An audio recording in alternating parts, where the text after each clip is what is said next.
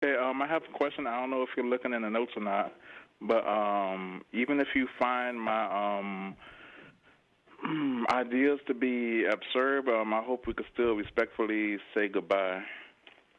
Well, Okay, bye. No, just kidding. no.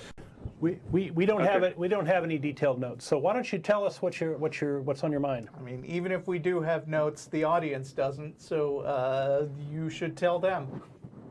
Okay.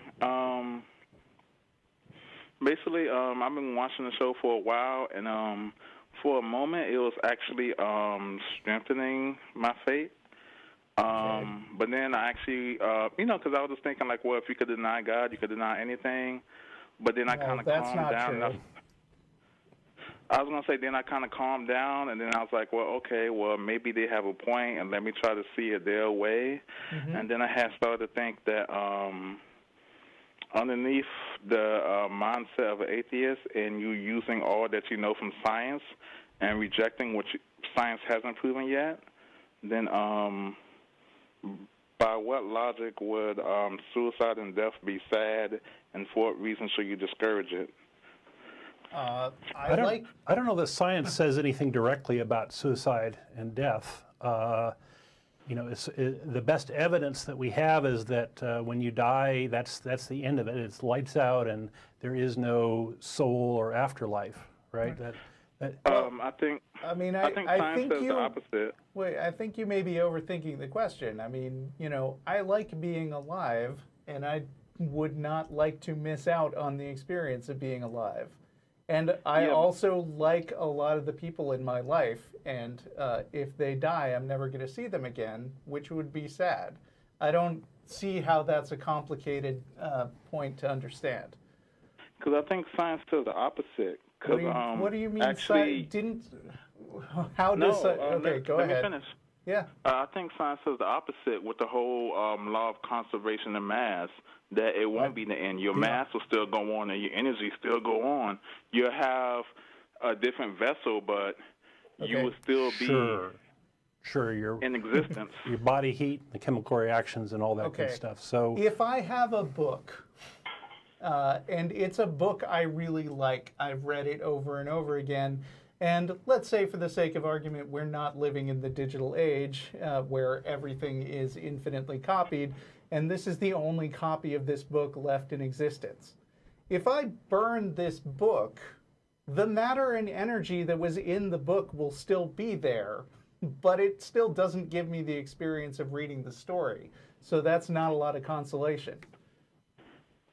But you wouldn't lose any experience. You just get a different experience. Stop trying to come up with a clever argument and try to understand what I'm saying on a personal level. Does that make sense to you that I would miss the book once I can't read it anymore? Come on, you can say it. You don't have to like weasel around the answer here. Just relate to me on a human level for a minute. I'm not sure. What? I'm not sure, because there will always be an infinite other things I do. Okay, I mean, do you have any books you really love? Besides the Bible. I mean, we won't go with the obvious one.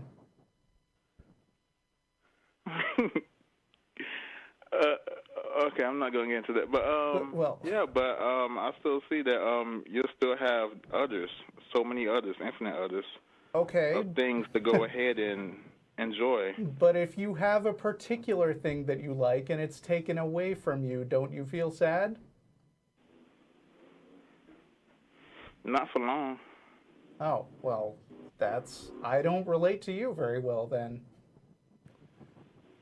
Because kind of went ahead and experienced a bunch of loss, and you kind of, each time you kind of learn faster and faster that it will be replaced. Like your favorite TV show is canceled, and you realize that will be replaced. Or your friend died, so what's going to make this book come back? What's going to make this hypothetical book come back if it's burnt up? No, you'll get a new thing to go ahead and enjoy the same way you enjoy the book. So it sounds like a kid being distracted by the latest toy. That's what that sounds like. So if you have a beloved pet that dies, do you just tell the kid, oh, don't worry, we'll just replace it with a different pet so it doesn't make any difference? Like, do you tell them they shouldn't be sad?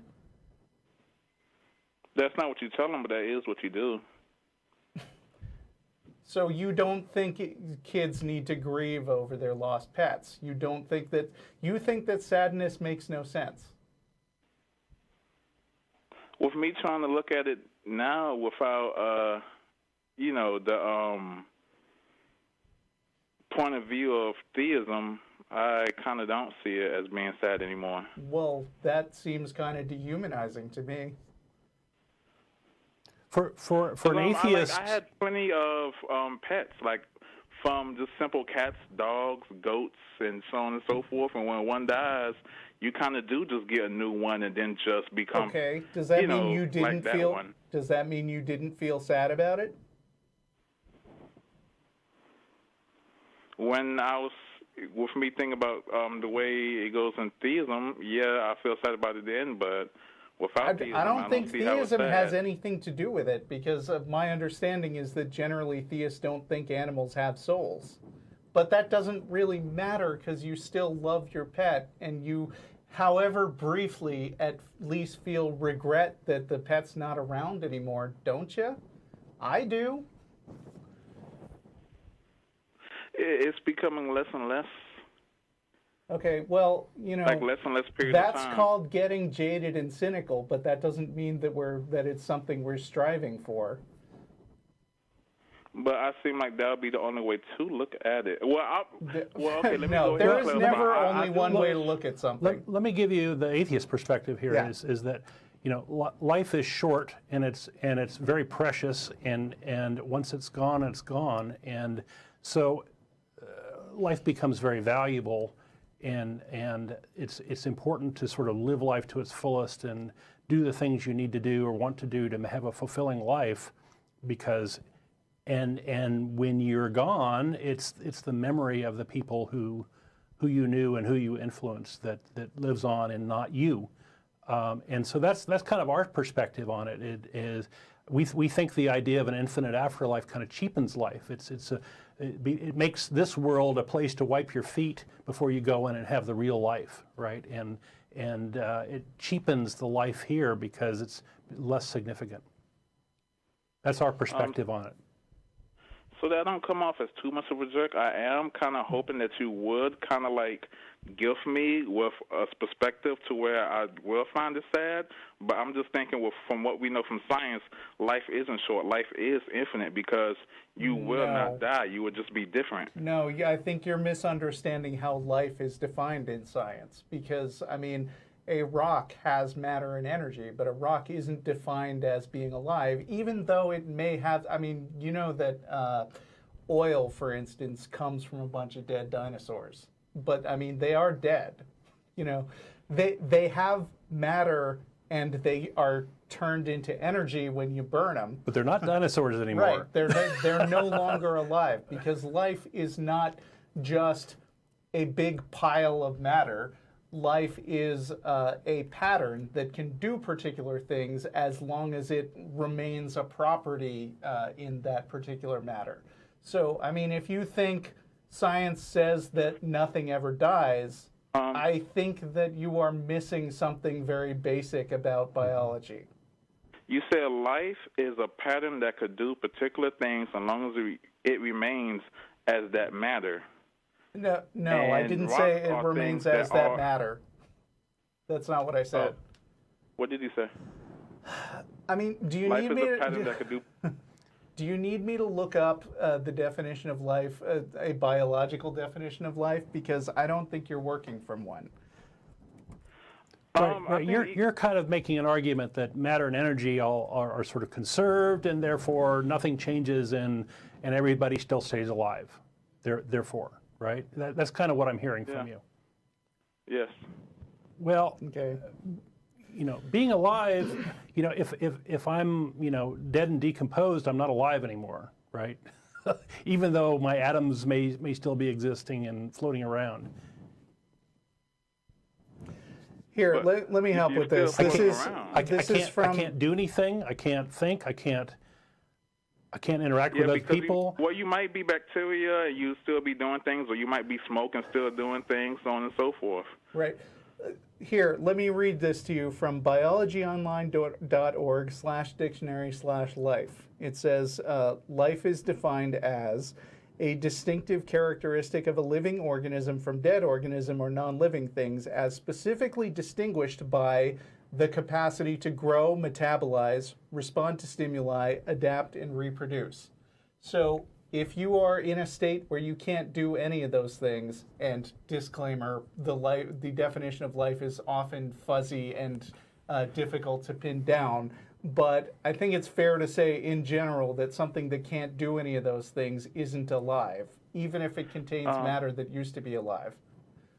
Russell, not to be rude, but I think you also had to find abiogenesis to people as well. You're changing the subject.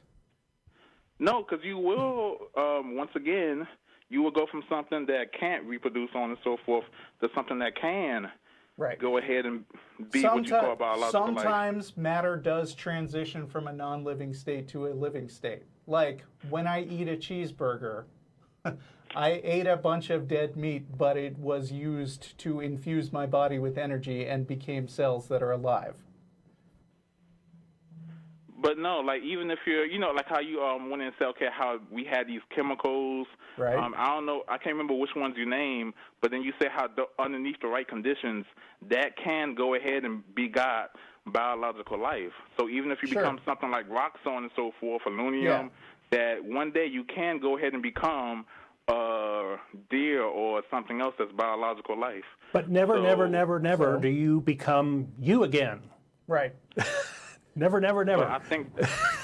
Yeah, and now you're dead. We're wandering a little bit off the strict scientific definition of life and discussing the philosophical question, of which millions of pages have been written throughout history about what makes people have self-identity. And I mean, this is way too much to cover in a short call, but I mean, there's a lot more going on than this specific stuff about matter and energy. The question of what makes you you is something super complicated that philosophers have been dealing with for a long time. I just think if you say that when non-life becomes life, that's just only a philosophical view of life. Okay. Well, I mean, that happens, but the life isn't necessarily intelligent. I mean, it could be grass. But it seems like you're not even admitting that things can die. That's a good point. We're kind of still stuck on this sort of basic point. Because wherever you said dies, you also say will come back to life. So I don't think how you say how the sacrifice of Jesus wasn't a sacrifice because he came back to life. So when we die and we become something that's non-life, well, as you say with abiogenesis, you will become life again. So you have the same revive. So let's go back to pets for a minute. Dogs die. Do dogs come back to life? Yes.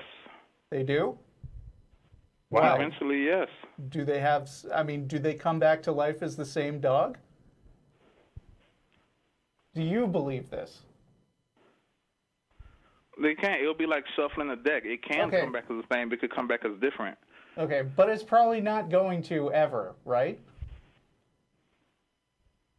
It can. It's just like shuffling a deck. You might get the same card, or you might get Have a different you ever card. seen a dead dog come back to life and be the same dog? Have you ever seen an organism evolve and, drastically different from a cat to a So I'm going to take it that your answer is no, which means even if it ever does happen, it's very, very rare. Is that fair to say? Okay. Yes. It pretty much never happens in my experience, so I think it's fair to say that if my dog dies, I don't think the same dog will ever come back to me, so I can be sad, can't I?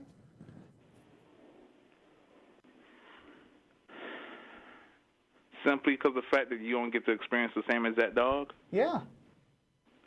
Hmm. I mean, atheists do love things, you know.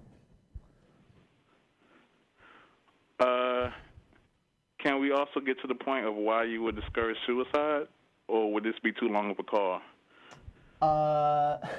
It would be a long call, and I do feel like we shouldn't take too much more time, but I think we can talk over this point for a little while.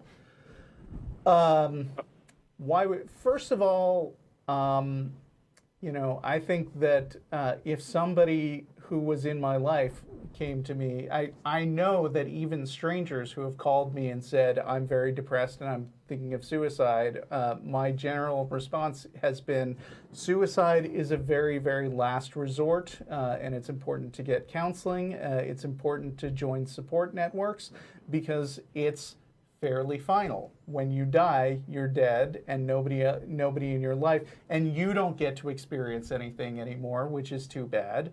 And people in your life don't get to experience you anymore, which is sad for them. But also, I think that people who have considered all their options and come to the end of their life and consider suicide or assisted suicide as the best option in their case should be allowed to do it. And even at a more basic level, you know, like I said, life is precious, and you're throwing away something very precious. Mm-hmm. Very simple. What about for a person like me in my mind state, where I don't think it will be a death, it will just be like an opportunity to rise from the ashes. We think your mental state is broken then. Yeah, I think you're mistaken, and I hope you don't kill yourself. Ditto. Okay, I still think in the end I should still kind of see it as the same way, because I don't see how life does stop, because even when it becomes non-biological, it does become biological eventually.